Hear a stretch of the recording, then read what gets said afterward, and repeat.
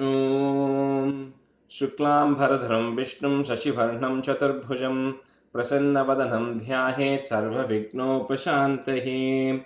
ॐ सहना भवतु सहनौ भुनक्तु सह वीर्यं करवावहै तेजस्विनावधीतमस्तु मा विद्विषावहै। ॐ शान्तिः शान्तिः शान्तिः। अगजानन पद्मार्कं गजाननमहर्निशम् अनेकदन्तं भक्तानाम् एकदन्तमुपास्महे। श्रीमहागणपतये नमः। गुरवे सर्वलोकानां विषजे भवरोगिणां निधये सर्वविद्यानां श्रीदक्षिणामूर्तये नमः। अस्मद्गुरुचरणारविन्दाभ्यां नमः। वसुदेवसुतं देवं कंसचाणूरमर्दनं देवकी परमानन्दं कृष्णं वन्दे जगद्गुरुं।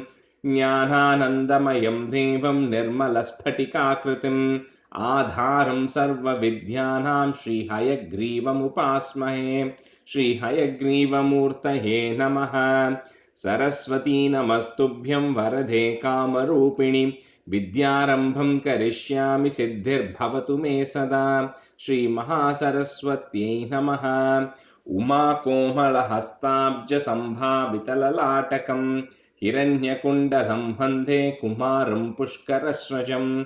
श्रीवेट्रिवेल् मुरुगनुक्कु हर हरोहरा। लोकवीर्यं महापूज्यं सर्वरक्षाकरं विभुं पार्वतीहृदयानन्दं शास्तारं प्रणमाम्यहं।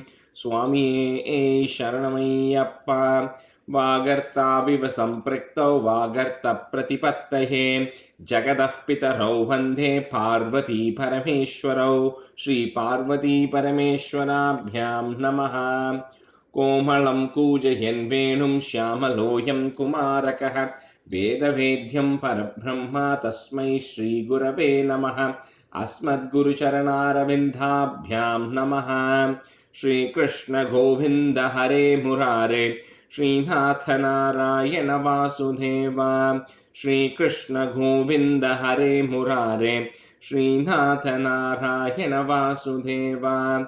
श्रीकृष्ण गोविन्द हरे मुरारे श्रीनाथ नारायण वासुदेव। पीताम्बरं करविराजितचक्रशङ्खकौमोदकी सरसिजं करुणासमुद्रं राधासहायम् अतिसुन्दरमन्दहासं वातालयेशम् अनिशं हृदि भावयामि।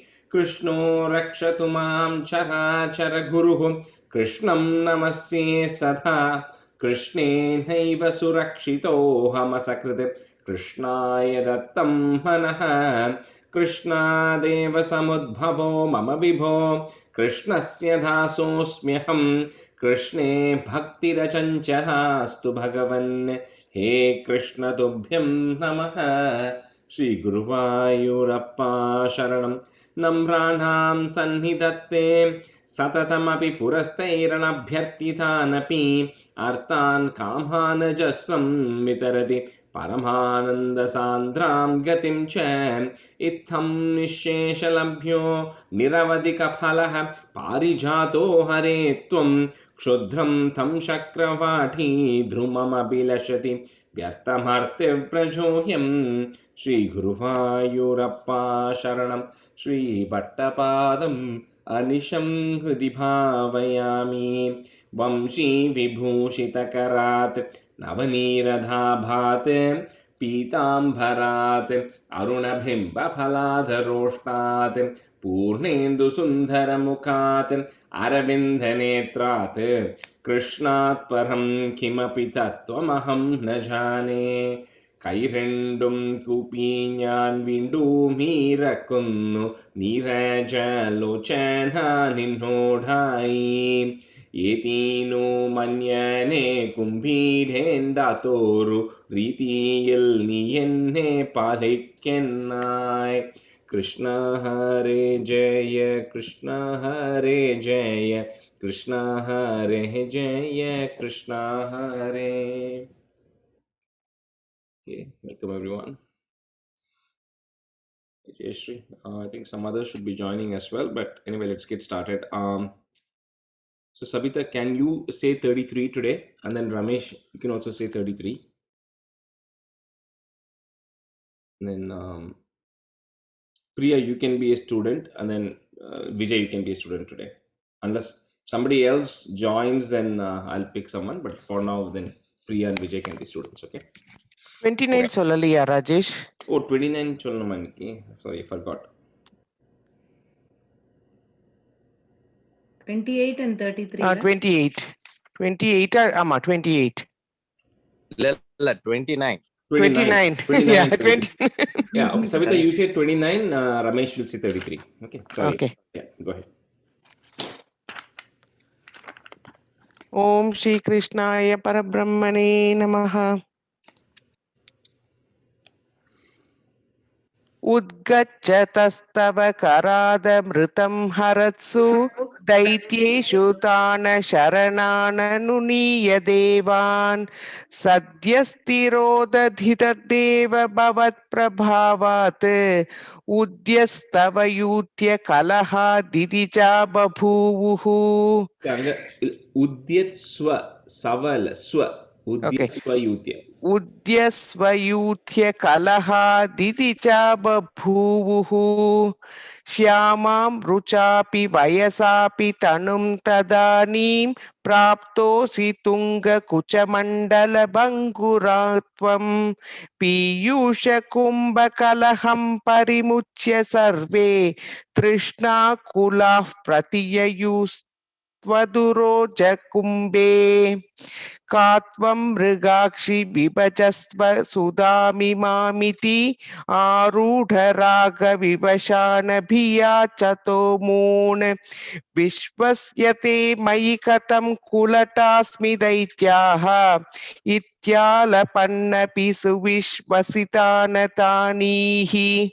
मोदात् सुधा कलशमेषु ददत्सु सात्वं दुश्चेष्टितं मम सहध्वमिति ब्रुवाणा.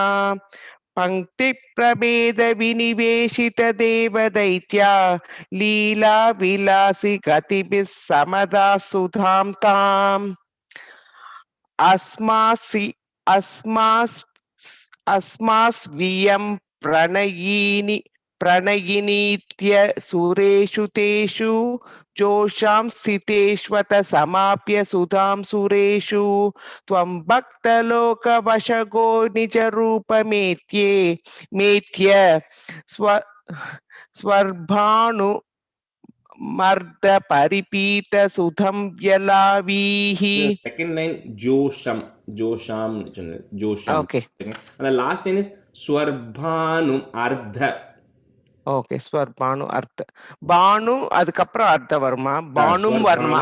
ஆமா, ஸ்வர்பானும். Okay. Ardha, his swarbanu was cut, so ardha paripita. If you don't mind, I'll repeat the whole thing. Yeah, no problem. अस्मास्वियं प्रणयिनीत्य सुरेषु तेषु जोषं स्थितेष्वत समाप्य सुधां सुरेषु त्वं भक्तलोकवशगो निजरूपमेत्य स्वर्भानुम् अर्ध परिपीत सुधं व्यलावीः. त्वत्तः सुधाहरणयोग्य फलं परेषु दत्वा गते त्वयि सुरैः खलु ते व्यगृह्णन्. घोरेथ मूर्छतिरणे बलिदैत्यमाया व्यामोहिते सुरगणे त्वमिहा विरासीः. त्वं कालनेममथ मालिमुखां जगन्थ. त्वं कालनेमिमत. Okay. त्वं कालनेमिमथ मालिमुखां जगन्थ. शक्रो जगान बलिजम्बवलान् सपाकान्. शुष्कार्द्रदुष्करवधे नमुचौचले लूने फेनेन नारदगिरा न्यरुणो त्वम्. योषा वपुर्धनुजमोहनमाहितं ते श्रुत्वा विलोकन कुतूहलवान् महेशः. भूतैः समं गिरिजया च गतः पदं ते स्तुत्वा ब्रवीदभिमतं त्वमथोतिरोधाः आरामसि मणि च कन्दुकगातलीला लोलायमान नयनां कमनीं मनोज्ञान् त्वामेष वीक्ष्य विगलद्वसनां मनोभू வேகாதனங்கரி புரங்க சமாலிலிங்க. செகண்ட் லைன் ஒரே செகண்ட். மனோஜ்ஞாம் எண்ட் வேர்டு மனோஜ்ஞான்னு கேட்டது. ஆமா நான் தப்பா எழுதிட்டு இருக்கேன். நான் முன்னாடி இதுல I put it in the I wrote it down wrong. भूयोऽपि विद्रुतवती मुपदाव्यदेवो प्रमोक्ष विकसत् परमार्थबोधः त्वन्मानितस्तव महत्त्वमुवाच दैत्यै तत्तादृशस्त्वमववात निकेतनाथ. Third line end is Devyai. Third line end. Okay நான் என்ன சொன்னேன்? நான் தைத்தியைன்னு கேட்டது எனக்கு. Okay because I have marked it. त्वन्मानितस्तव महत्त्वमुवाच देव्यै तत्तादृशस्त्वमववात निकेतनाथ. ओम श्री कृष्णाय परब्रह्मणे नमः. ओम श्री कृष्णाय परब्रह्मणे नमः. दशकं 33 अम्बरीषोपाख्यानम्. वैवस्वताख्य मनुपुत्रन पाकजाता नापाक नामक नरेन्द्र सुतोऽम्बरीक्षः शब्दार्णवावृत महिदयितो बिरेमे त्वच्छङ्गिषु त्वयि च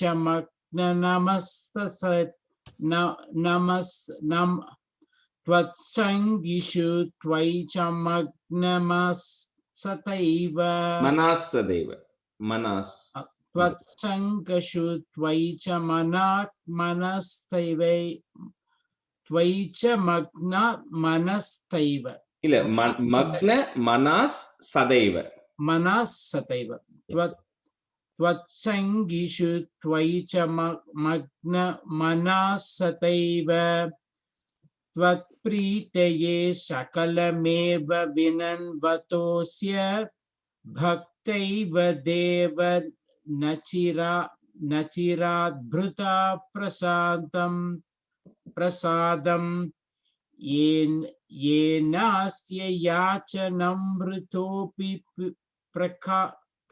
प्रणाक्षणार्थं चक्रं भवान् प्रवितधार सहस्रधारम् सत्वादशी वृतमतो भवदर्शनार्थं वर्षं दतौ मधुवने वर्षं दतौ मधुवने यमुनोपकण्ठे पत्न्या समं सुमनसा महतीं विदन्वन् पूजं द्विषेषु विसृजन् पशुषष्टिकोटिम् तत्रादपारनतितो भवदर्शनान्ते दुर्वाससास्य मुनिना भवनं प्रपेदे दुर्वाससास्य मुनिना भवनं प्रपेते भोक्तुं वृत्तश्च स नृपेण परार्तिशीले मन्तं जगाम यमुनामन्ययमान्वितास्यन् राज्ञा तपारणमुहूर्तसमाप्तिकेतात् वारैव पारणमकारि भवत्परेण प्राप्तो मुनिस्ततत दिव्यदृशा विजानन् क्षिप्यन् कृतोत्तत् दृजझटो विततान कृत्याम् कृत्यां च तामसि दतारं भुवनं दहन्तीं Tam, ஒரு second. Tam asidharam. தாமசிதராம் சொல்லாம தாம அசிதராம் பிரிச்சு சொல்லுங்க. Tam asidaram, or you can say tam asidaram together also. தாமசிதராம் கிருத்யாம் ச தாமசிதராம் புவனம் தகந்திம் அக்ரே விவீக்ஷ்ய நிருபதிர்ன பதாம் ச கம்பே त्वद्भक्त्य पादमपि विवीक्ष्य सुदर्शनां ते कृत्या नलं सपलयन् मुनिवन्वतावीत् Shalabhayan. Last two. Shalabhayan. कृत्या नलं सलभयन् मुनिवन्वतावीत्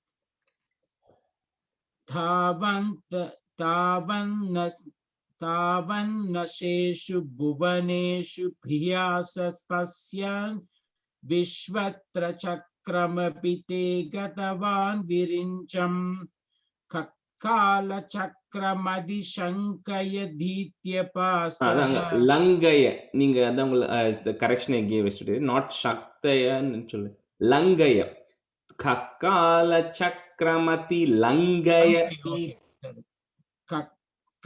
कालचक्रमति लङ्कय यदीत्यपास्तः सर्वं ययौ शचप भवन्तमवन्तदैव. அந்த third line ஒரு extra யா போட்டு லங்கய தீத்திய தான். லங்கய எதீத்தியலாம் லங்கய தீத்திய பாஸ்தக தான்.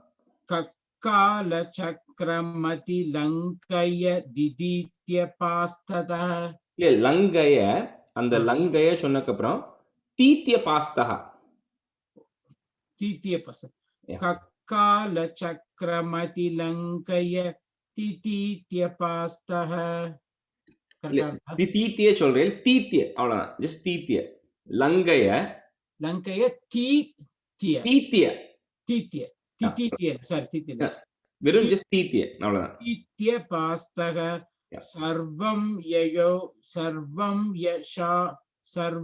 யயௌ சச்ச பவந்தமவந்ததைவ भूयो भवन् निलयमेत्य मुनिनिं नमन्तं प्रोक्षे भवान हमृषे नुनुभक्तदाशः ज्ञानं तपश्च विनयान्वितमेव मान्यं याह्यं यं परीक्ष्य पदमेव भजेन्ति भूमन्.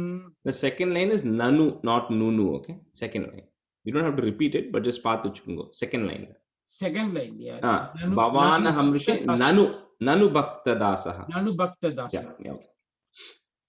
Tavat sametya muninasa grihita pato raja basrutya bhavadarshamasav nashau bhavadasramasava.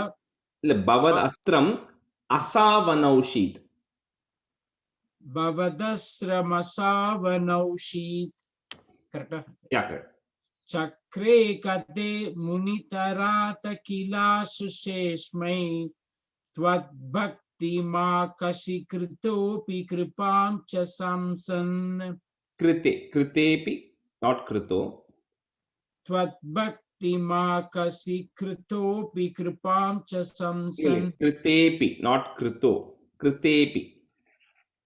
Last line. Bhakti magasi. Tvad bhakti ma kasi kritepi. Kritepi, right? Kritepi kripam cha samsan.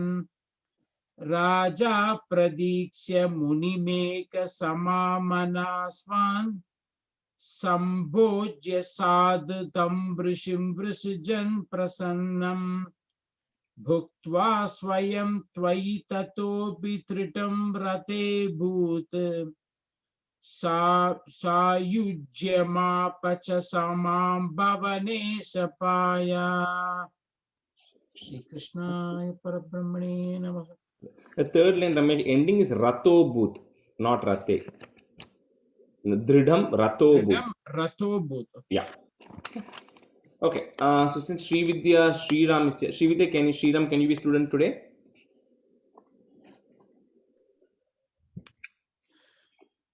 Okay.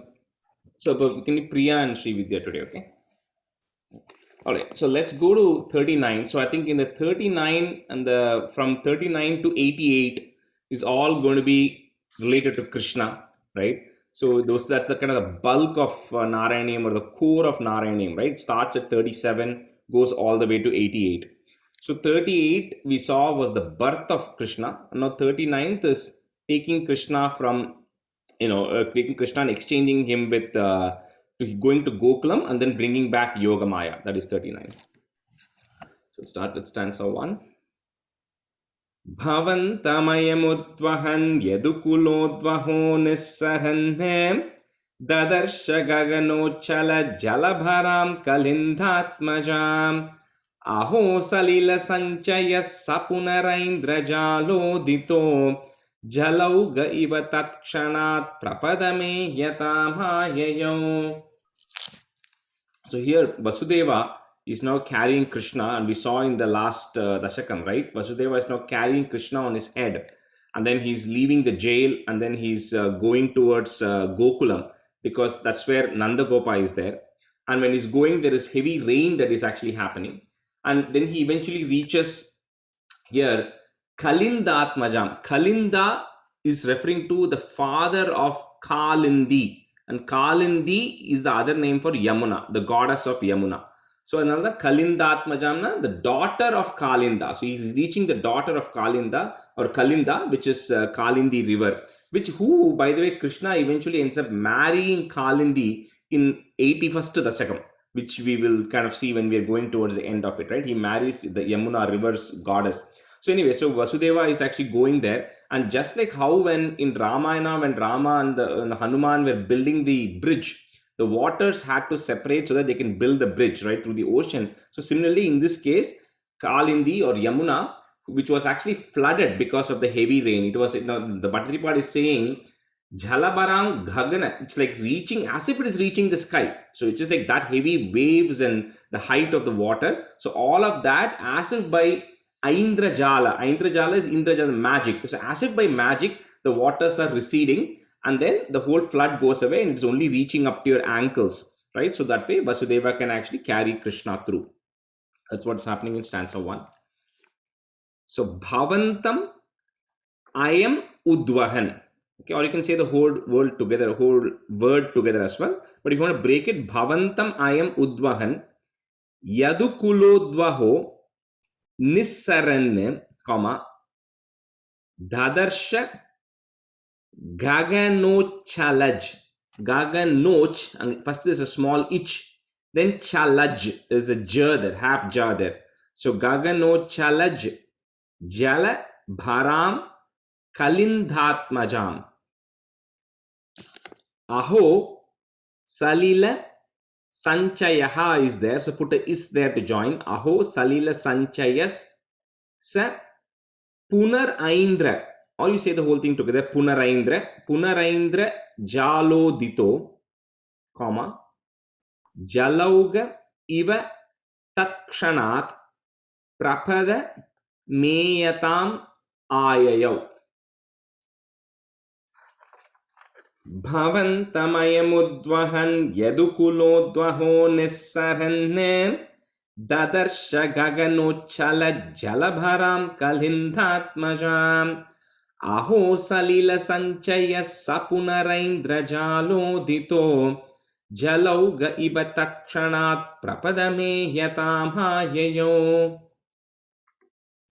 Bhavantamaya. Priya, you want to do?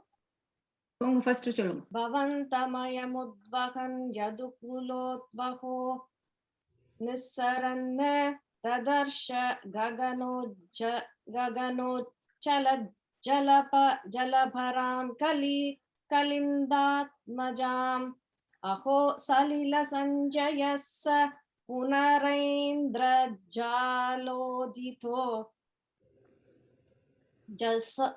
Jalauga iva takshanat prapadame yatamayayo. भवन्तमयमुद्वहन् यदुकुलोद्वहो निस्सरन् ददर्श गगनोज्ज्वलज्जलपरां कलिन्दात्मजाम् अहो सलिलसञ्जयस्य पुनरैन्द्रजलोदितो जालोदितो जलौघ इव तत्क्षणात् प्रपदमे यथा माययौ भवन्तमयमुद्वहन् यदुकुलोद्वहो निस्सरन् ददर्श गगनोज्ज्वलज्जलब्बरां कलिन्दात्मजाम् अहो सलिलसञ्चयस्य जालोदितो जलौघ इव तत्क्षणात् प्रपदमेत्यताम् आययौ प्रपदमेयताम् आययौ भवन्तमायमुद्वहन् यदुकुलोद्वहो निस्सरन् ददर्श गगनोज्ज्वलज्जलभरां कलिन्दात्मजाम् अहो सलिलसञ्चयस्य पुनरैन्द्रजालोदितो जलौघ इव तत्क्षणात् प्रपदमेयताम् आययौ Rajesh, title என்ன Rajesh? Title is Yogamaya Nayanadi Varnanam. So this is bringing Yogamaya from Gokulam. So taking Krishna to Gokulam and bringing Yogamaya back from there. Yogamaya Nayanadi Varnanam. Okay, thank you. Stanza 2. Prasupta Pashupalikam Nibrutamārudhadbalikam Apavritakavatikam Pashupavatikam Bhavishan Bhavantamayam Prasavatalpake Tatpadatvahan Kapatakanyakam Swapuramagato Pegataha. So Krishna was born at midnight when it was Ashtami that night. The star was Ashtami. At the same time, little later, Ashtami mudinju when Navami started. So at the same time, another baby was born in Gokulam to Nanda and Yashoda, and she was Yogamaya. And the Yogamaya and Krishna and the Vishnu, right? The way Bhagavatam is describing them, the best way to describe the relationship, right? So one way you can say is Yogamaya is the spiritual energy of Vishnu.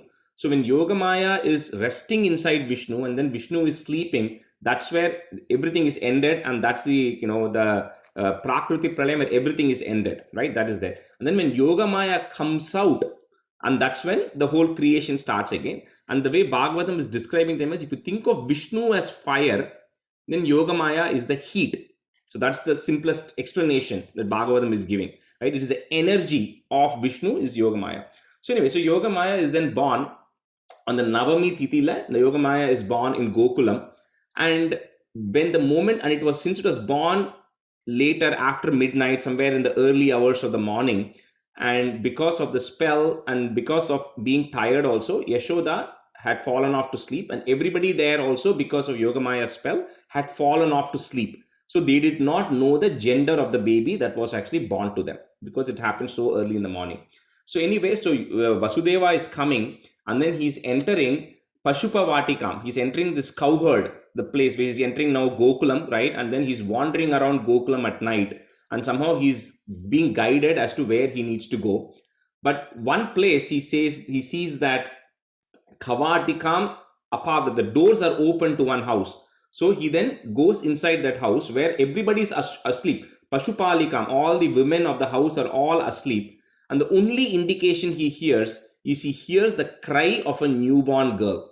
So that is his indication of where he needs to go inside that house, right? So Vasudeva is going in there, and he's seeing this small baby girl who's actually out there crying. And then he places Krishna there. He takes off that baby girl.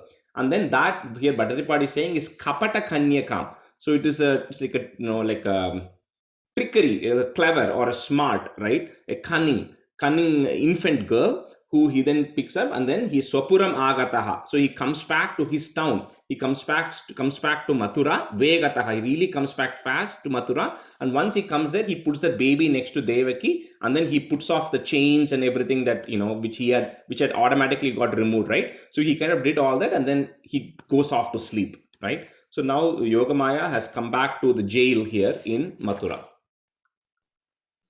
So Prasupta Pashupalikam Nibrutham Arudad. Nibrutham Arudad Balikam. So put a im at the end of that line and put a comma. Balikam, comma. So next line and the ma becomes a. So apavrita kavatikam pashupa vatikam avishan.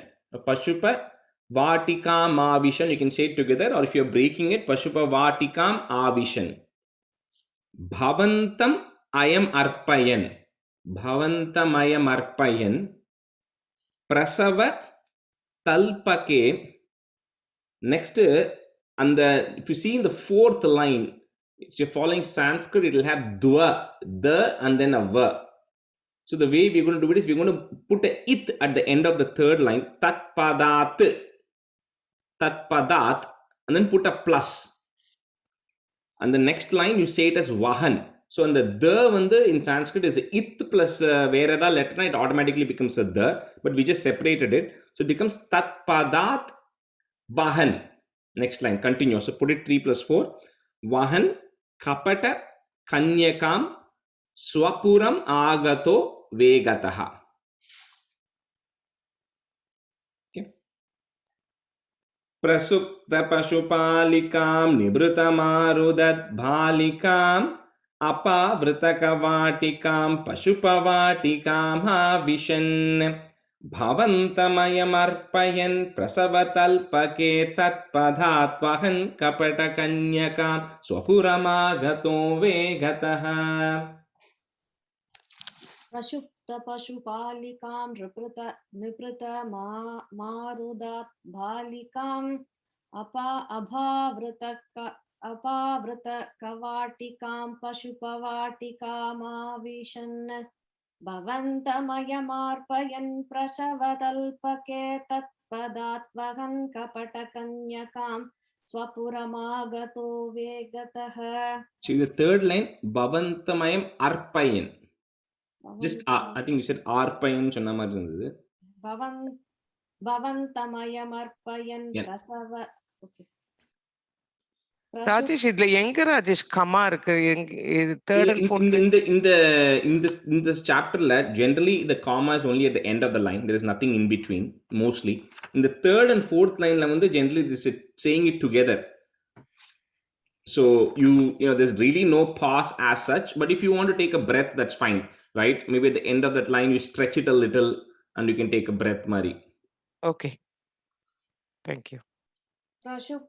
Prasupta Pashupalikam Nriprita Madrita Bhalikam Apavrita Kavatikam Pashupavatikam Avishan Bhavantamayam arpayan prasavatalpake tatpadatvahan kapatakanyakam swapuramagato vegataha.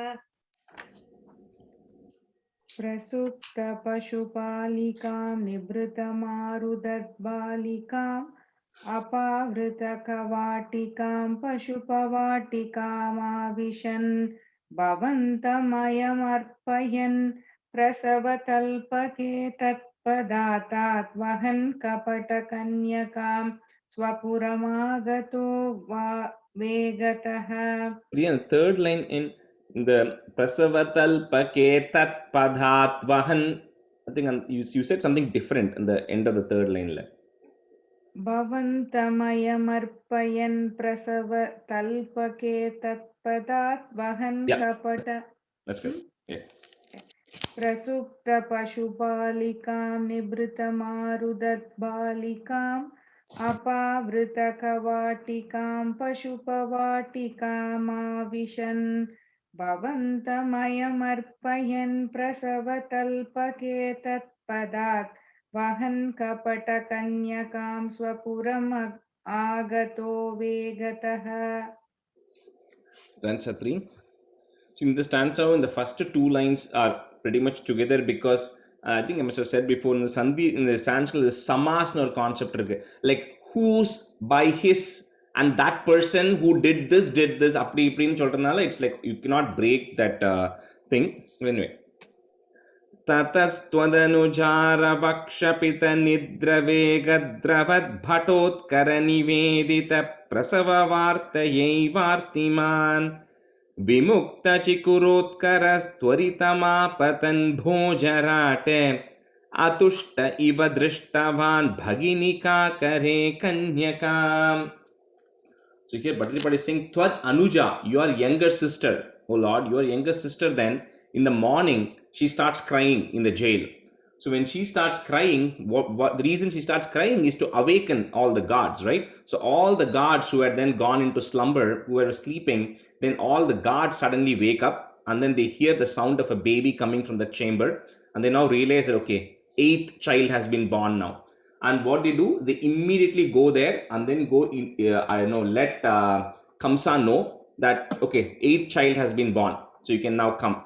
So Kamsa, who was waiting for this news, right? He knew the 8th child was going to be born pretty soon. So he's still sleeping. So he's awakened from his sleep.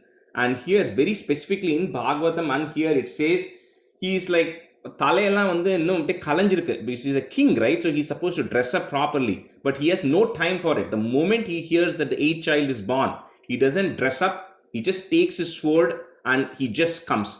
So with his disheveled hair and nothing, he's not dressed at all. And then he comes hastily, he comes running, and Bhojaraja is referring to Kamsa here. So Kamsa is now coming and then he is Atushta, Tushta is happiness or satisfaction, Atushta is dissatisfied. To some extent he is dissatisfied because he is confused. Because instead of seeing a boy, he sees Bhaginika Kare. Bhaginika means the sister. In her hand, she's holding a Kanyaka, she's holding a girl baby. So he's really confused as to what is happening. The 8th child is supposed to kill me and how come it is a girl, right? So he's really confused when he comes and sees that. But he's come now to meet Devaki and Vasudeva here. So Tatas Twadanuja. So I'm going to break it kuti as much as possible. Then you'll have to say it together. Tatas Twadanuja Rava Kshapita Nidra Vega Dravad. Okay, Tatas Twadanuja Rava Kshapita Nidra Vega Dravad, put a plus, Patotkara Nivedita Prasava Vartayai Vartiman Vimukta Chikurot Karas Tvaritam Apathan Bhojarat, put a it first, put a it at the end of that line, Bhojarat, comma. Next line, the da that you have goes away, make it a. Atushta iva drishtavan bhaginika kare kanyakam. போஜராட்டுக்கு அப்புறம் தான் ஒரே ஒரு comma. ஆமா, போஜராட்டுக்கு அப்புறம் ஒரு gamma இருக்கு.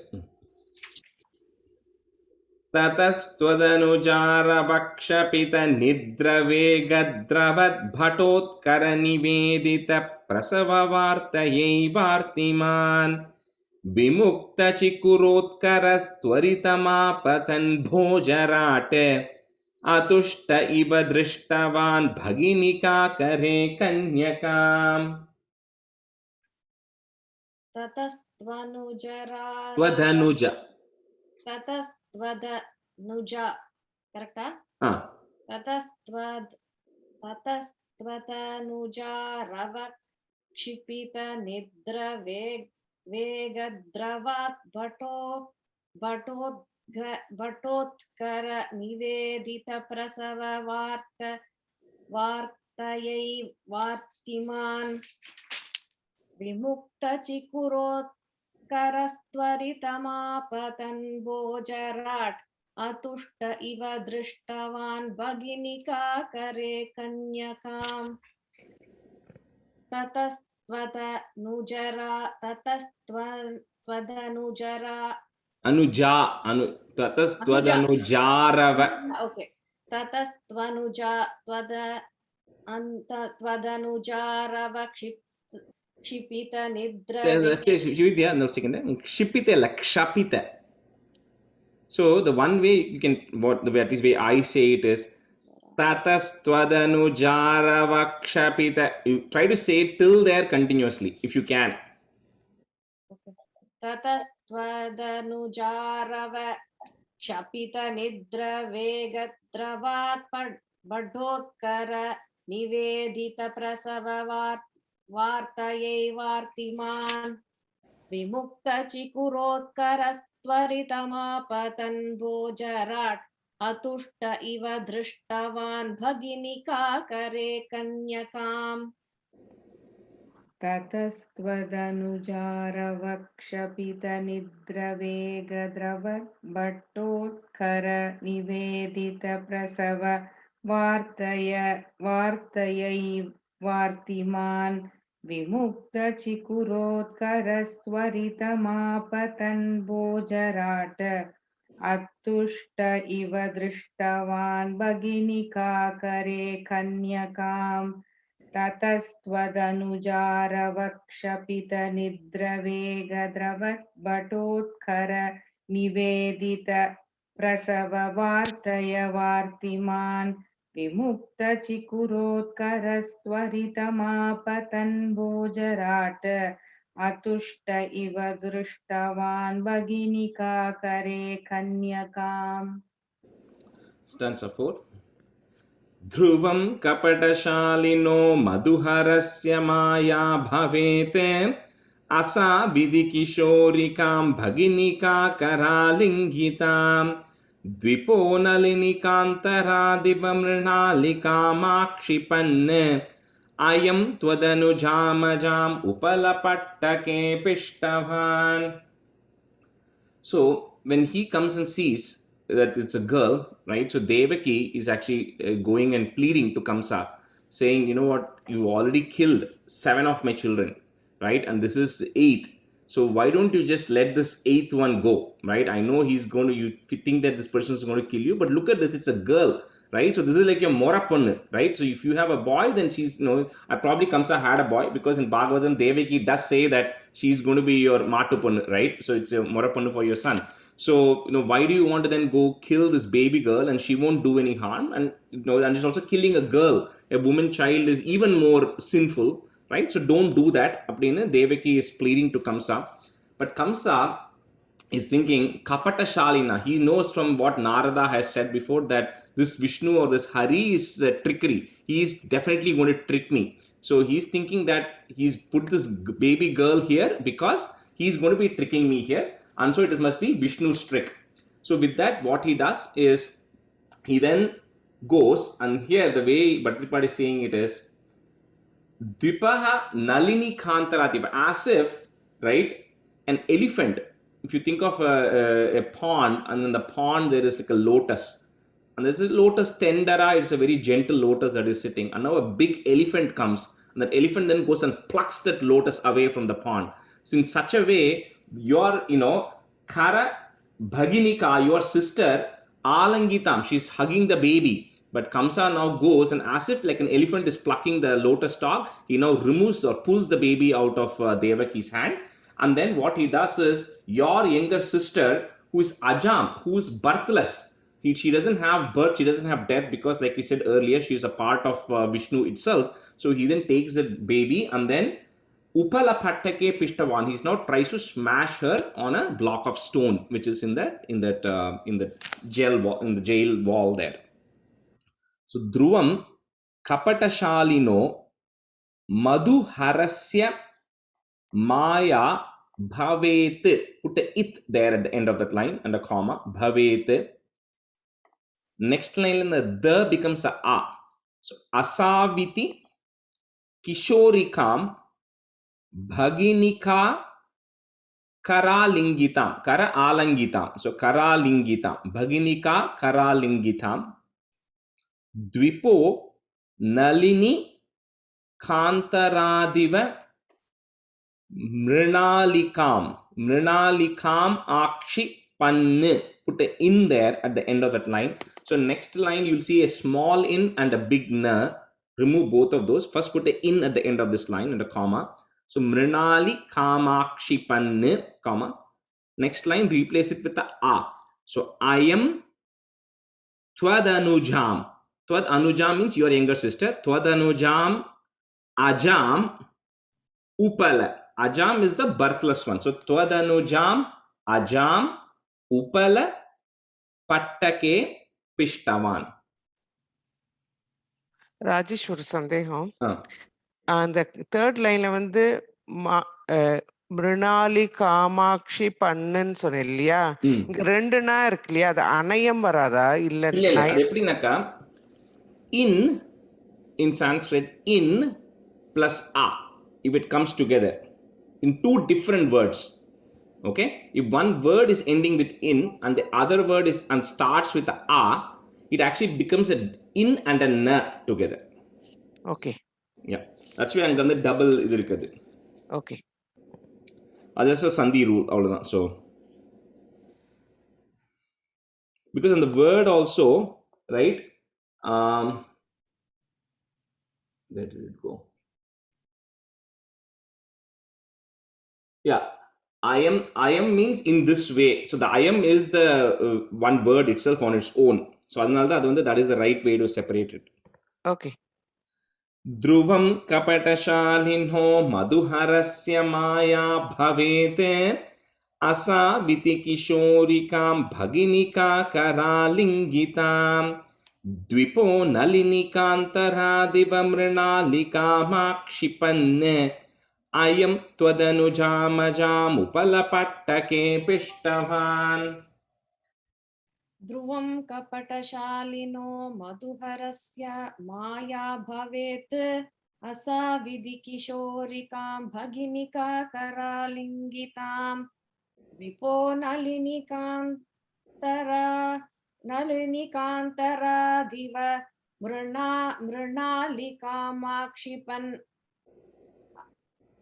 मृणालिकामाक्षिपन्, yeah. अयं त्वधनुजामजामुपल पट्टके पिष्टवान् ध्रुवं कपटशालिनो मधुहरस्य माया भवेत् असाविधि किशोरिकां भगिनिका करालिङ्गितां द्विपो नलिनिकान्तराधिव मृणालिकामाक्षिपन् अयं त्वधनुजामजामुपलपट्टके पिष्टवान्. ध्रुवं कपटशालिनो मधुहरस्य माया भवेत् असाविति किशोरिकां भगिनिका करालिङ्गितां द्विपो नलिनिकान्तराधिव मृणालिकामाक्षिपन् अयं त्वदनुजामजाम् उपालपट्टके पिष्टवान्. ध्रुवं कपटशालिनो मधुहरस्य माया भवेत् असाविति किशोरिकां भगिनिका करालिङ्गितां द्विपो नलिनिकान्तराधिव मृणालिकामाक्षिपन् अयं त्वदनुजामजाम् उपलपट्टके पिष्टवान्. Okay, stanza 5. Tato bhavadupasako jhatiti mrityupashadiv pramuchyatara sa samadhi rudharupantara adasthalamajagmushi vikasadashtabahusphuran mahayudamaho gata kila vihaya sadhidyute.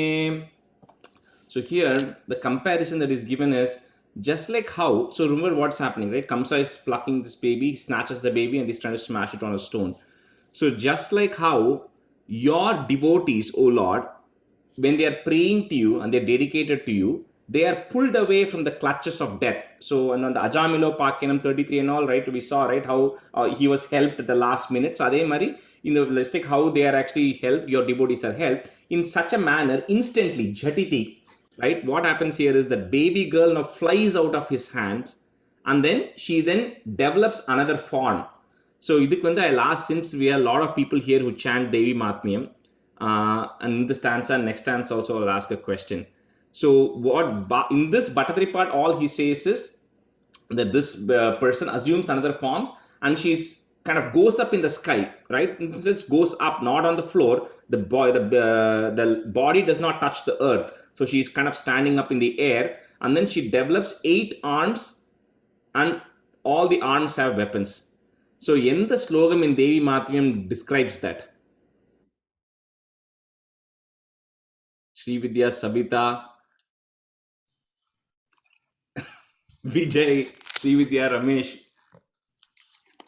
and the Navakshil and the Dhyana Slokam clear. Khadgam Chakra Gareshu Chapa Parika Shulam Bhushandim Shiraha Shankam Sandadatim Karais Trinayanam Sarvang Gabusha Vritam Nilash Madhyuti Masya Pata Dashakam Seve Mahakalikam. So that's exactly what it is.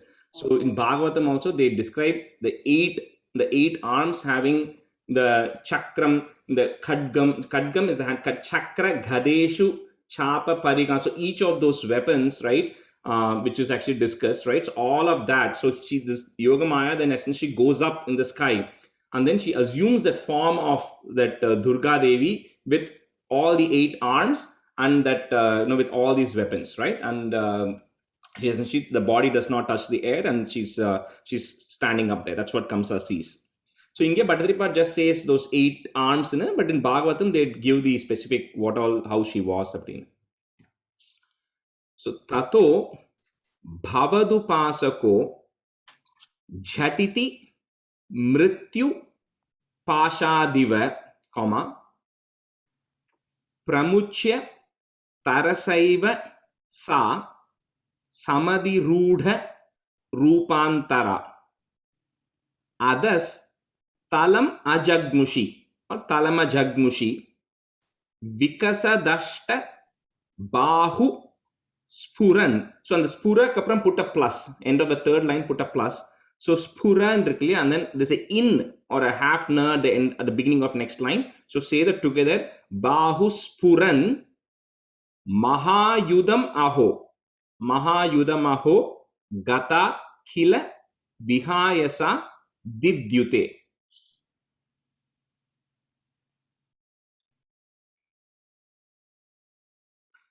Tato bhavadupasako jhatiti mrityupashadhiva pramuchyatara sa samadhi rupantara adastalama jagmushi vikasadhashtabahu spuran mahayudamaho gata kila vihayasa didyute.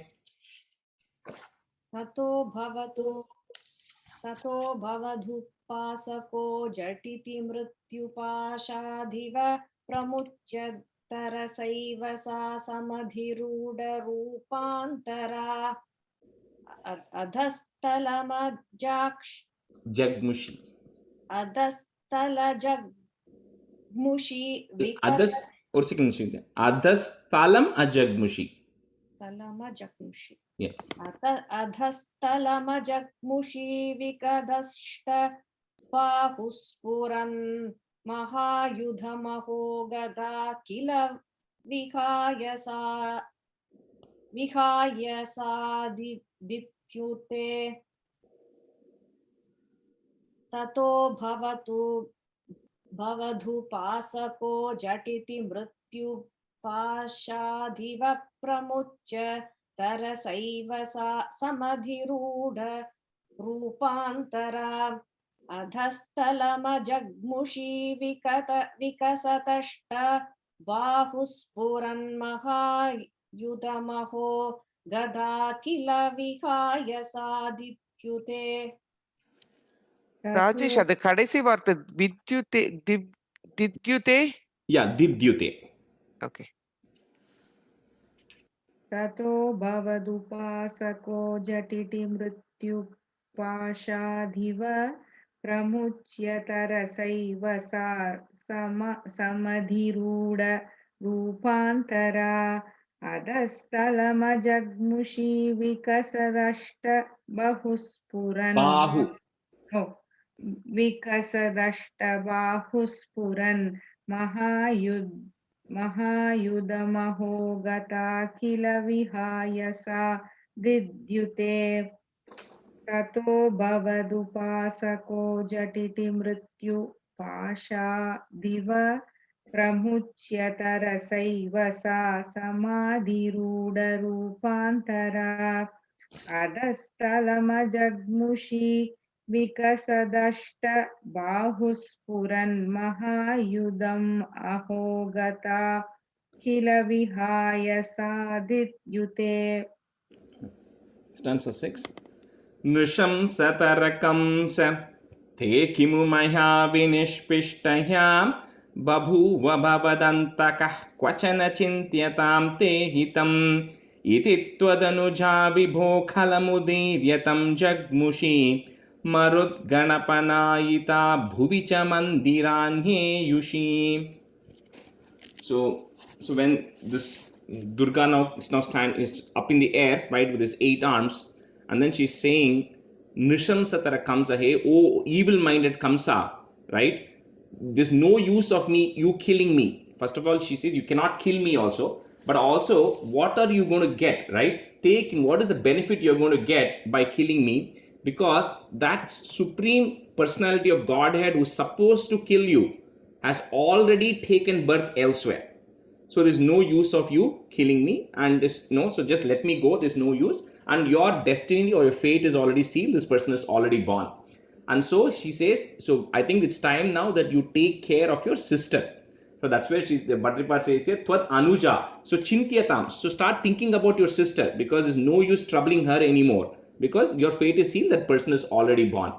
So with this, she disappears, and then she goes Bhuvicha Mandiranyeyushi. She then goes into this Yogamaya, then goes into the various temples, right? And then that's how she's then there in the various temples as various goddess.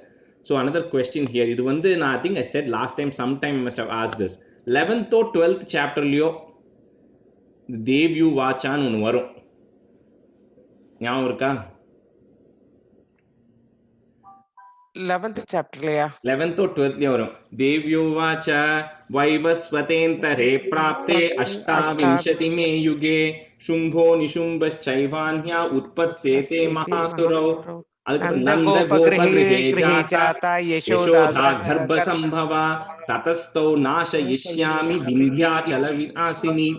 So that's what so adla Devi is telling that in the Vaivasvatentare Prapte, the beginning of the Vaivasvata Manvantara, which is this Manvantara that's going on, that Vivaswan, right, this Manvantara, Ashtabimshati Meyuge, in the 28th Mahayuga, because in the Vaivasvata Manvantara has like the 1000 Mahayugas, Chaturyugas is combined. It is on the 28th group of 4 when Vaivasvata Manvantara is happening, I will come there, because the Shumba and Nishumba are going to take birth again. So I'm going to come to destroy them. And how I'm going to come is Nandagopa Grihe Jata. I will go into Nandagopa's house, Yashoda Garbha Sambhava, and I'll go into Yashoda's Garbham, right? And that's what I say. And then Nasha Ishyami, then I'm going to destroy those two, Shumba, Nishumba, and then Vindhyachala Vilasini. Then I'm going to go reside in the mountains and in the other temples, right? As various things. And then it goes on to say how she'll do in various things, right? So that is that relevant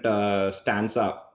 Maybe you should start giving details and explanation for Devi Matmyam also. That's what it says.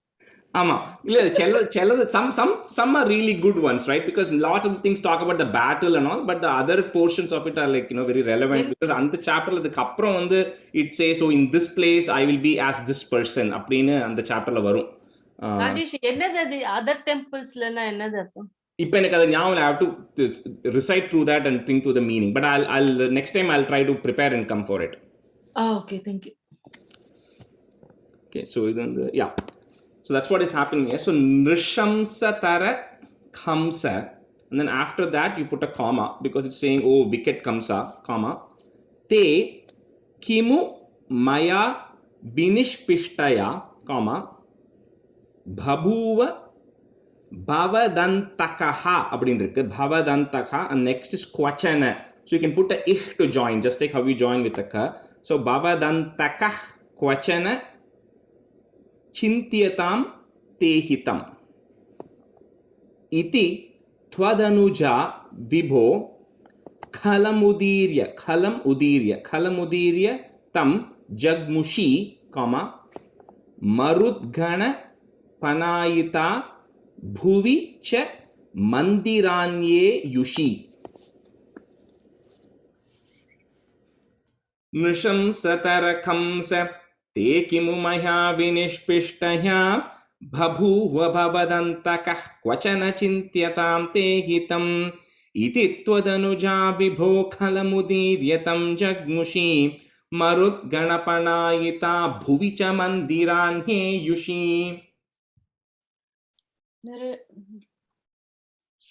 Nrisham satarakam sa te kimu maya vinishpishtaya babhuva bhavadantakah kavachana kvachana chintyatam te hitam iti tvadanuja vibho khalamudirya tam jagmushi marudgana panayita bhuvi cha mandiranye yushi. Vrisham satarakamsa te kimu maya vinishpishtaya babhuva bhavadantakah kvachana chintyatam dehitam iti tvadanuja vibho khalamudhiryatam jagmushi marudgana panayita bhuvi cha mandiranye yushi. Nrisham satarakam sa te kimu maya vinishpishtaya babhuva bhavadantakah kvachana chintya tam te hitam iti tvadanuja vibho khalamudhiryatam jagmushi marudghana panayita bhuvi cha mandiran yeyushi.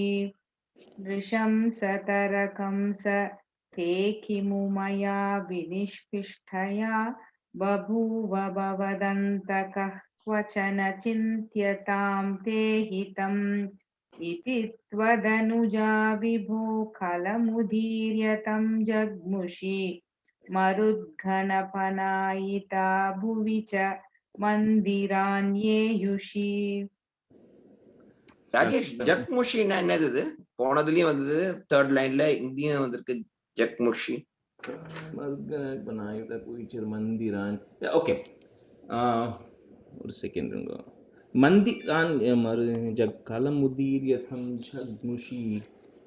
So jagmushi, I think from what I have, it means like going away, disappearing, like escaping, right? So in one context, when in the jagmushi previously must have been like, she tried to do it, but then she just slipped away and went away, right? That's also one way, one usage of it. Second usage of it is you just disappear from the scene itself. Okay. So stanza 7. Praghe punaragatmaja vachanamīrita bhūbhujā pralamba bakapūtana pramukadānavāmaninaha bhavannidana kamyaya jagati bhabramurnirbayaha kumarakabimarakaha kimivadushkaram nishkripaihi. So in the previous 11, Yogamaya is telling Kamsa, like, don't trouble your sister, and she gives this thing. Kamsa gets scared, right? And then he starts realizing, oh my God, what have I done, right? He's like, I've troubled my sister so much. I have now killed 7 of her children, and this is not the right thing to do. And then he really then goes and asks for forgiveness, right? That's not in Narayanyam. It's there in Bhagavatam, where he goes and asks for forgiveness from Devaki and Vasudeva and says that I'm extremely sorry, I shouldn't have done that. He actually frees them off from the jail. He lets them go from the jail. He removes all the shackles, and then he says, forgive me, and then, from now on you'll be freed. அப்படின்னு சொல்லிட்டு Kamsa actually frees Vasudeva and Devaki, and then he goes off to sleep. So again காலங்காத்தால எழுந்தோன்னா kind of we think we want to do something, suddenly morning we wake up, we're no longer following the diet and following the exercise routine mari. He wakes up in the morning and then he calls all his group of people. So the people he calls who are listed here are Pralamba, Bhaka, Putana, three of his kind of wicked asuras, right? He calls them and tells them this is what happened last night or this morning, and so they are like, you know what, you should not let it go. The person who's going to be killing you is already born. How can you let them go, right? In Devaki Vasudeva you can free, but that child has to be found, because otherwise you're going to die. அப்படின்னு சொல்லிட்டு இன்னும் கொஞ்சம் கம்சனை உசுப்பேத்தி விட்டுட்டு, so they say, you know what, I think we should just go and do it. So what they do is, so Bhavan Nidana Kamya, so to go kill you, what these people do is they start roaming around. They leave Mathura and they say, okay, Mathura la porandirukku, which means in this vicinity, wherever newborn babies have been born last night. So they go around hunting for those babies to go kill those babies, right? In the Pralamba, Baka and Putana, they start taking different territories and they start going after. So that's it. But Bhattaripat says here is Dushkritam, for the people who are merciless, right? What all won't they not do, right? So that's what he's kind of questioning at the end. Kimiva Dushkiram Nishkripai is what extent will they not go to people who are merciless. So Prage Punaraghatmaja Vachanam Irita Bhubuja, Pralamba Baka Putana Pramukha Danava Maninaha Bhavan Nidana Kamyaya Jagati Bhabramur Nirbhayaha, Kumaraka Vimarakaha, and then put a comma after that, Vimarakaha, Kimiva Dushkaram Nishkripaihi. Prage Punaragatmaja Vachanamirita Bhubhuja Pralamba Bakaputana Pramukhadhanavamaninaha Bhavan Nidana Kamyaya Jagati Bhabramur Nirbayaha Kumaraka Vimarakaha Kimiva Dushkaram Nishkripaihi. Prage Punaragatmaja Vachana Mirita Bhubuja Pralamba Bhagaputana Bakasura. So Pralamba Bakaputana. Pralamba Bhakaputana Pramukha Danavamaninaha Bhavan Nidana Kamyaya Jagati Babhramur Nirbhayaha Kumaraka Vimarakaha Kimava Dushkaram Nishkripaihi. Kimiva Dushkaram Nishkripaihi. Prage Punaragatmaja Vachanamirita Bhubhuja Pralamba Bhakabhutana Bakaputana Pupu Pa. Pralamba Bakaputana Pramukha Danavamaninaha Bhavan Nidhana Kamyaya Jagadi Babhramur Nirbhayaha Kumaraka Vimarakaha Kimava Dushkaram Nishkripaihi. Kimiva, and the word. Kimiva. Prage Punaragatmaja Vachanamirita Bhuja Pralamba Bakaputana Pramukhadhanavamaniha Ninaha Bhavan Nidana Kamyaya Jagati Babhramur Nirbayaha Kumaraka Vimarakaha Kimiva Dushkaram Nishkripaihi. Prage Punaragatmaja Vachanamirita Bhubuja Pralamba Bakaputana Pramukhadhanava Maninaha Bhavan Nidana Kamyaya Jagati Babhramur Nirbayaha Kumaraka Vimarakaha किमिव दुष्करं निष्कृपैः Stanza 8.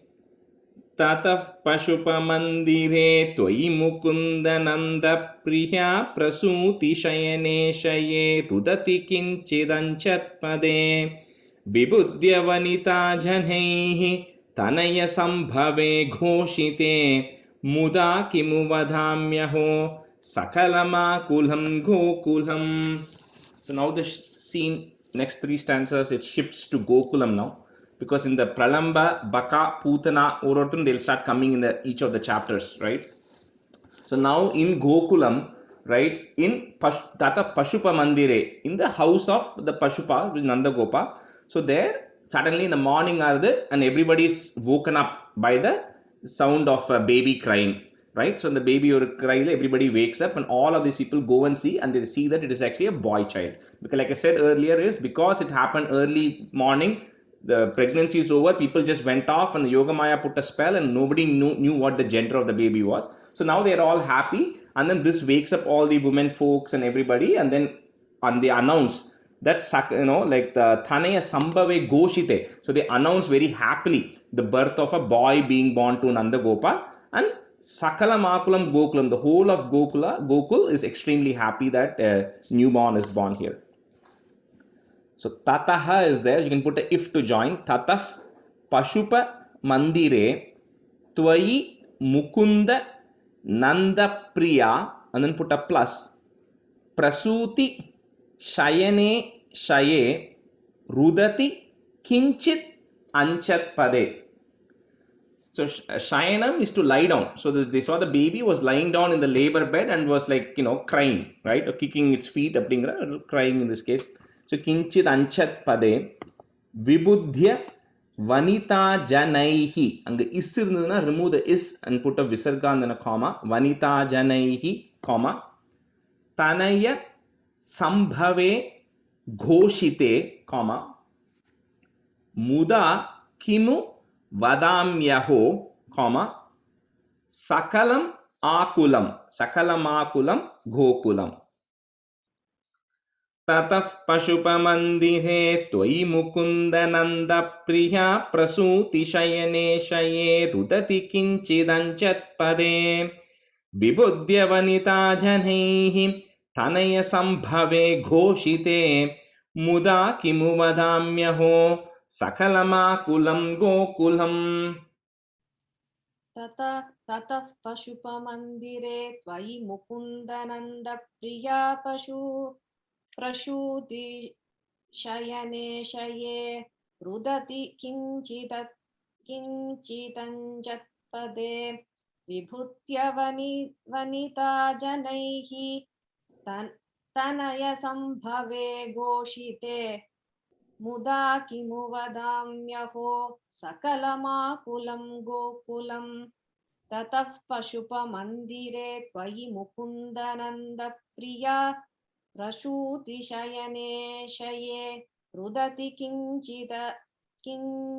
किञ्चिदञ्चत्पदे विबुध्य वनिता जनैः तनयसम्भवे घोषिते मुदा किमु वदाम्यहो सकलमाकुलं गोकुलम्.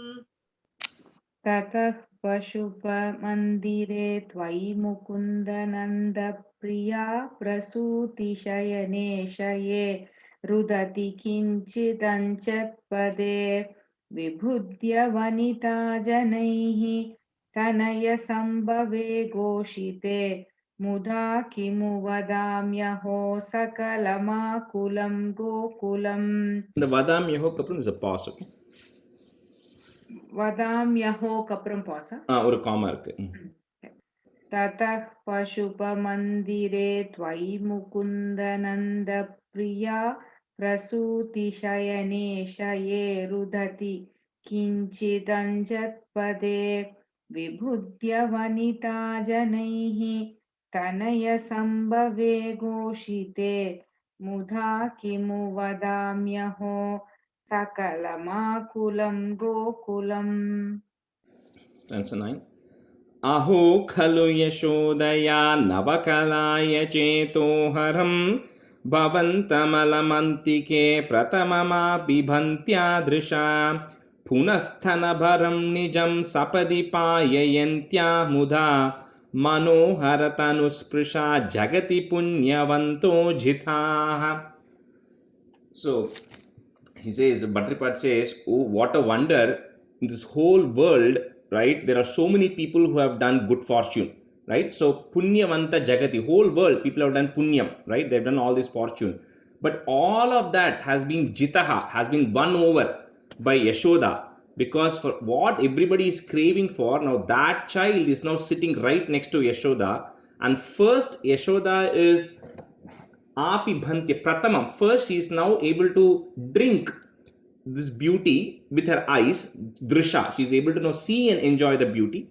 And Bhattripad always refers to in the kalaya, kalaya is the blue flower. So even in the 100th Rashagam, the agre pashyamitejo allavandi, he says kalaya, so the blue hue that was formed, right? So andamari he brings the word kalaya here again to say like the fresh kalaya flowers which are there. So Yashoda is now able to drink first, she is able to drink first, and number 2 later on she is able to feed the baby, right? So she then feeds the baby and then she is touching the baby itself, right? So she's saying avlo kuduthu vechirka, she's so blessed, right, that she's able to do, and she's won over everybody else in this world who has done whatever punyam, she's surpassed all of that.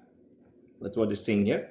So aho khalu yashodaya nava kalaya, nava means new, for fresh, nava kalaya is like a fresh flower, nava kalaya chetoharam, comma bhavantam alam antike. So bhavantam alam antike, or breaking it, bhavantam alam antike pratamam apibhantya drisha.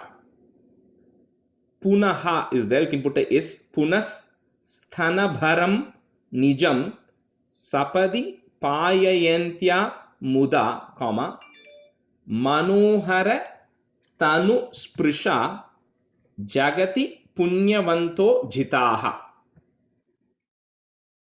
Aho khalu yashodaya navakalaya chetoharam bhavantamalamantikē pratamamapibhantya drisha punasthanabaram nijam sapadi payayantya mudha manoharatanusprusha jagati punyavanto jitaha. अहो खलु यशोदया नवकलाय चेतोहरं भवन्तमलमन्तिके प्रथममापिभन्त्यादृशा पुनस्तनभरं निजं सपदि पाययन्त्या मुधा मनोहरतनुस्पृशा जगति पुण्यवन्तो जिताः. अहो खलु यशोदया नवकलाय चेतोहरं भवन्तमलमन्तिके प्रथममापिभन्त्यादृशा पुनस्तनभरं निजं सपदि पाययन्त्या मुदा मनोहरतनुस्पृशा जगति पुण्यवन्तो जिताः. अहो खलु यशोदया नवकलाय चेतोहरं भवन्तमलमन्तिके प्रथममापि बन्त्यादृशा पुण्यस्तनभरं निजं पुनस्तनभरं निजं सपदि पाययन्त्या मुदा मनोहरतनुस्पृशा जगति पुण्यवन्तो जिताः. अहो खलु यशोदया नवकलाय चेतोहरं भवन्तमलमन्तिके प्रथममापिबन्त्यादृशा पुनस्तनभरं निजं सपदि पाययन्त्या मुदा मनोहरतनुस्पृशा जगति पुण्यवन्तो जिताः.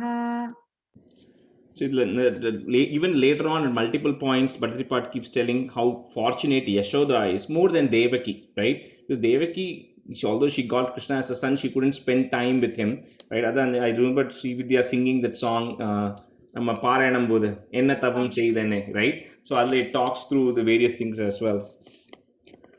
Stanza 10. Bhavat Kushala Kamyaya Sakhalu Nanda Gopastada Pramoda Barasankulo Dvijakulaya Kinna Dadhat Tataiva Pashupalaka Kimuna Mangalam Te Nire Jagat Tritaya Mangala Tomiha Pahi Mama Mayat. So while Yashoda is enjoying with Krishna, right? Yashoda is feeding Krishna and she's caressing Krishna. On the other hand, Nanda Gopa is focusing on his stuff. So he's saying, Bhavat Kushala Kamya, I have to take care of the well-being of my son. So the way I want to take care of the well-being of the son is, he then goes and then he invites all the priests and everybody to do all the necessary rituals and everything, the Punya Vachanam, all that stuff he's taking care of. And then Dvija Kulaya means those people who are twice born. Dvija means two. The people who are twice born is referring to Brahmins. Because when you put Punal, then it's like you're casting off your old thing and you're starting off it's like a new birth, right? So that's why Dvija Kulaya refers to Brahmins. So he then, what all did he not give to those Brahmins, right? So Kimna Adadat, what all did he not give to this Brahmins? So he gave them a lot of things to the Brahmins, and even to the Pashupalakaha, even to all the cowherds who are there, he gave a lot of gifts and everything, because he wanted for Bhavat Kushala Kamyaya. So in that way, Jagat Tritaya Mangala. So although there are 14 worlds, the way they say three Jagat is the 7 worlds are one world, one kind of group of worlds. Then there's earth, then there is 6 worlds on top, right? It's kind of grouped together. So all those 3 worlds, for the benefit of that, you are there, O Krishna, and so confer, you are blessing all those 3 words. Similarly, bless me also. Tvamiha Mahi Mama Maya. Please bless me also and cure all my diseases. Bhavat Kushala Kamyaya Sa Khalu Nanda Gopas Tada, Pramoda Bhara Sankulo Dvija Kulaya Kinna Dadat. So here also, right, Sabita, you were asking, right, double na. So ingi it is kin na adatat. Actually, urna and then adatat da irukku, but when you write it together, it is kinna dadat. Okay. Tathaiva Pashupalakaha irukku. So you can put a ich to join. Tathaiva Pashupalakah Kimu na Mangalam Tenire, Jagat Tritaya Mangala, and then put a comma after that. Tvamiha Pahi Mama Mayat. Bhavat Kushala Kamyaya Sakhalu Nanda Gopastadha Pramoda Bhara Sankulo Dvijakulaya Kinna Dadhat Tataiva Pashupalakah Kimuna Mangalam Te Nire Jagat Tritaya Mangala Tumiha Pahi Mama Mayat. Bhavat Kushala Kamyaya Sakalo Nanda Gopastada Pramoda Bhara Sankulo Dvijakulaya Kinna Dadat Tathaiva Pashupalakah Kimuna Mangalam da gala. Kimuna Mangalam Te Nire Jagat Tritaya Mangala Tvamiha Pahi Mamayat Bhavat Kushala Kamyaya Sakalu Nanda Gopastada Pramoda Bhara Sankulo Dvijakulaya Kinna Dadat Tataiva Pashupalakah Kimuna Mangalam Te Nire Jagat Tritaya Mangala Tvamiha Pahi Mamayat. Bhavat Kushala Kamyaya Sakhalu Nanda Gopastada Pramoda Bhara Sankulo Dvija Kulaya Kinna Datat Tathaiva Pashupalaka Kimuna Mangalam Te Nire Jagatritaya Mangala Tvamiha Pahi Mamam Ayat. Bhavat कुशलकाम्यया स खलु नन्दगोपस्तदा प्रमोदभरसङ्कुलो द्विज कुलाय किन्ना ददात् तथैव पशुपालका किमु न मङ्गलं ते निरे जगत्कृतयमङ्गल त्वमिह पाहि मामाम्य अयात्. Tanga, actually don't break it as mam ayat panna mudiyadhu. If you're breaking it, it will become mam amayat, or you say the whole thing together, mama mayat. पाहि मामामयात्. Yeah. Shri Krishnaya Parabrahmane Namaha. सान्ध्रानन्दावबोधात्मकमनुपमितं कालदेशावदेभ्यां निर्मुक्तं नित्यमुक्तं निगमशतसहस्रेण निर्भास्यमानम् अस्पष्टं दृष्टमात्रे पुनरुरुपुरुषार्थात्मकं ब्रह्मतत्त्वं तत्तावद्भाति साक्षात् गुरुपवनपुरे हन्त भाग्यं जनानाम्. कायेन वाचा मनसेन्द्रियैर्वा बुद्ध्यात्मना वा प्रकृते स्वभावात् करोमि यत् सकलं परस्मै नारायणायेति समर्पयामि.